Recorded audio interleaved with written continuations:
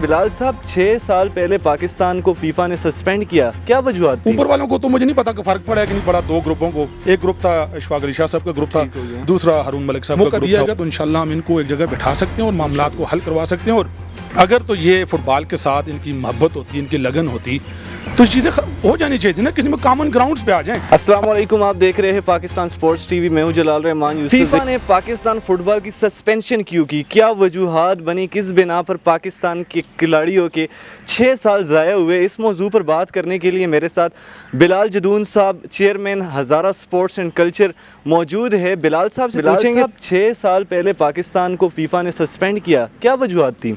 शुक्रिया जी जलाल। अच्छा जलाल, ये तो खैर आप पाकिस्तान की रैंकिंग अगर देखें फुटबॉल में, तो अल्टीमेटली तो आपको यही लगेगा कि ये सत्यानाश 6 सालों से नहीं हो रहा, बल्कि जब से मेरे ख्याल से ये। और आपको इंटरेस्टिंग बात बताता हूँ कि पाकिस्तान बनने के साथ साथ ही हमारी पाकिस्तान फुटबॉल फेडरेशन भी बन गई थी 1948 में। कायद आज़म, इसके सिग्नेटरी हमारे कायद आज़म मोहम्मद अली जिन्ना थे, जो फीफा के साथ हुई है। तो अंदाज़ा लगा रहे 72-73 साल हो गए हैं कि हम जहाँ पर 1948 में थे, मेरे ख्याल से उससे नीचे क्यों ऊपर नहीं गए। आपने कहा जी पिछले 5-6 सालों से क्या वजह बनी, 1-2 दफ़ा सस्पेंशन भी हो गई हमारे ये जो पाकिस्तान फुटबॉल फेडरेशन की। सस्पेंशन की वजह से क्या उसका नुकसान क्या होता है, पहले तो मैं आपको ये बता दूँ कि उस सस्पेंशन की वजह से हमारा कोई प्लेयर किसी इंटरनेशनल इवेंट में पार्टिसिपेट नहीं कर सकता जी। कोई इंटरनेशनल टीम्स यहाँ पर नहीं आएंगी। मीन्स के पाकिस्तान का जो प्लेयर है और ख़ासकर पाकिस्तान का जो फुटबॉल देखने वाला जो लवर है, फुटबॉल लवर है, उसको ना तो अच्छे मैचेस देखने का मौका मिलेगा और ना ही हमारे प्लेयर्स को अच्छे मैच खेलने का मौका मिलेगा। तो ये अल्टीमेटली जो 5-6 साल ज़ाया हुए हैं, इसमें ऊपर वालों को तो मुझे नहीं पता कि फ़र्क पड़ा है कि नहीं पड़ा। दो ग्रुपों को, एक ग्रुप था इशफाक अली शाह साहब का ग्रुप था, दूसरा हारून मलिक साहब का ग्रुप था। वो तो आपस में लगे रहे, कश्मकश लगी रही, उनके नुकसान का हमें नहीं पता। लेकिन दो जो फैक्टर थे उनको तो बड़ा ज़बरदस्त नुकसान हुआ। एक वो जो फुटबॉल देखने आता है और एक वो जो फुटबॉल खेलने आता है। अगर तो ये फुटबॉल के साथ इनकी मोहब्बत होती, इनकी लगन होती, तो चीज़ें हो जानी चाहिए थी ना, किसी में कॉमन ग्राउंड्स पे आ जाएं। अभी रिसेंटली हमारे जो नॉर्मलाइजेशन कमेटी के चेयरमैन हैं हारून मलिक साहब, वो भी एबटाबाद आए, हमारा उनके साथ भी इंटरेक्शन हुआ। और मैं समझता हूँ उनका शुक्रिया अदा करूँगा, ये जानते हुए भी कि हम दूसरे ग्रुप के साथ थे उस वक्त। हमें ऊपर नहीं पता कि ऊपर कौन सा ग्रुप ठीक है कौन सा गलत है। हमें तो फुटबॉल्स के साथ था।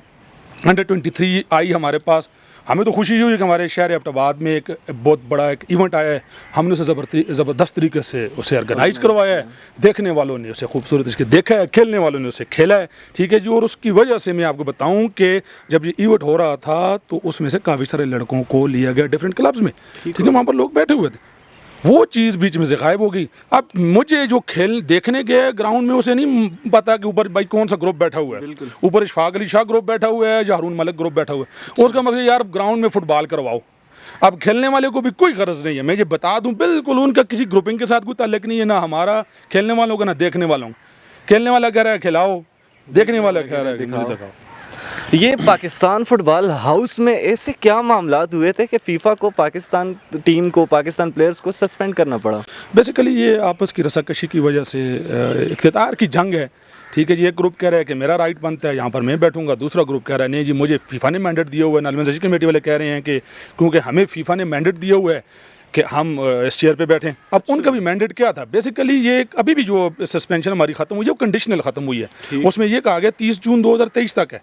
इस दौरान इस नॉर्मलाइजेशन कमेटी ने इलेक्शन करवाने हैं, बस। मतलब एक जो डे टू डे मैटर्स देखने हैं और साथ ही उन्हें इलेक्शन करवाने हैं। उसमें प्रोसेस है, मतलब स्क्रूटनी, क्लब की स्क्रूटनी हो गई, ठीक है जी। उसके बाद लिस्टें वगैरह बन जाती हैं, फिर वोटिंग का सिलसिला शुरू हो जाता है, ठीक है जी। उसमें 3 कैटेगरीज आपकी आ जाती हैं। अभी ऑनलाइन हो गया। आपकी रजिस्ट्रेशन पहले मैनुअल हुआ करती थी, फॉर्म होता था, हार्ड कापीज़, ये चीज़ें अभी ये ख़त्म हो गई है। फ्राम नाउ ऑनवर्ड आपकी जो क्लब्स की रजिस्ट्रेशन होगी वो ऑनलाइन होगी जी। उसमें अगर कोई नया क्लब अपना रजिस्टर करवाना चाहता है तो वो जिनका ऑलरेडी राइट टू प्ले है जिनके पास, उनको भी थ्रू ऑनलाइन ही उनको लिंक पे अपना सारा डेटा उसको करना पड़ा। और जिनका राइट टू वोट वाले हैं, तीनों को आपने अपडेट करना है नए सिरे से उसको जी। और ये ऑनलाइन होगा। अब ये सारा खाता ख़त्म हो गया कि आप ये कहें कि किसी के पास जाकर कागज़ जमा करवाने हैं, फ़ोटो पेस्ट करने हैं, वो करने, वो चीज़ें सारी ख़त्म हो गई।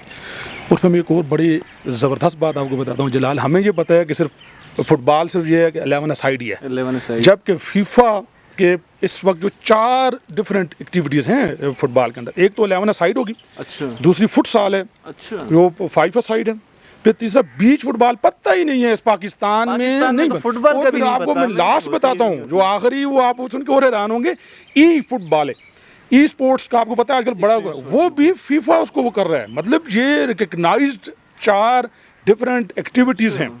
हमने तो जो मेरे हरून मलिक साहब जब हम ब्रीफ कर रहे थे तो मैंने कहा सर हमसे तो एक नहीं संभाला जा रहा, पहले वो 11 साइड ही उसको तो आप लोग ठीक है से मैनेज नहीं कर पा रहे, तो जो बाकी जो है इनको तो लेकिन शौकीन फुटबॉल के लिए कि फुटबॉल सिर्फ और सिर्फ 11 साइड ही नहीं है, 5 साइड भी है। आप अपनी टीम बिल्कुल रजिस्टर करवाएं एज अ फुटसाल का, अगर वो 5 साइड है, फिर बीच फुटबॉल है, फिर उसके बाद ई स्पोर्ट्स $1 बिलियन इंडस्ट्री है इस वक्त। तो मैं ये कहूँगा कि और मेरी रिक्वेस्ट भी है जी, मैं आपको बताऊँ जलाल हरून मलिक साहब आए हुए थे जब यहाँ पर, इनको ये पता था कि हमारे दूसरे ग्रुप के साथ अच्छे ताल्लुकात हैं, हमारे इनके साथ जानते हुए भी वो आपके पास हाँ जी, मैं बिल्कुल उनका शुक्रिया अदा करता हूँ। ये बड़ा ग्रेस दिखाया उन्होंने, ठीक है जी, हमें ये जानते हुए भी कि यार ये दूसरे ग्रुप के साथ थे, लेकिन ये तो पता था ना जी जलाल कि हमने डिलीवर किया है। हमने ये नहीं देखा कि ऊपर क्योंकि इशफाक अली शाह साहब बैठे हुए हैं इसलिए नीचे एक्टिविटीज़ करवानी है, नहीं, हमारा मकसद फुटबॉल के साथ था, वो हमने करवाई है।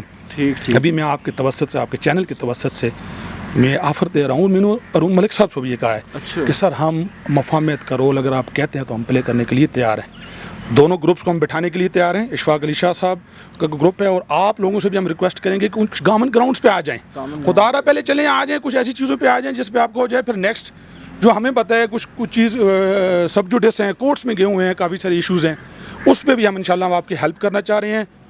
मेरी दोनों ग्रुपों से रिक्वेस्ट है जलाल आपके चैनल के तवस्सुत से कि खुदारा फुटबॉल को बचाएं, फुटबॉल की बेहतरी के लिए, उसकी इम्प्रूवमेंट के लिए हमारी services council for sports and culture Hazara ये दोनों फरीक से ये कहता है और इंशाल्लाह हम इस पोजीशन में हैं, ये भी नहीं है हम इस पोजीशन में हैं कि हम दोनों ग्रुप्स को बिठा सकते हैं।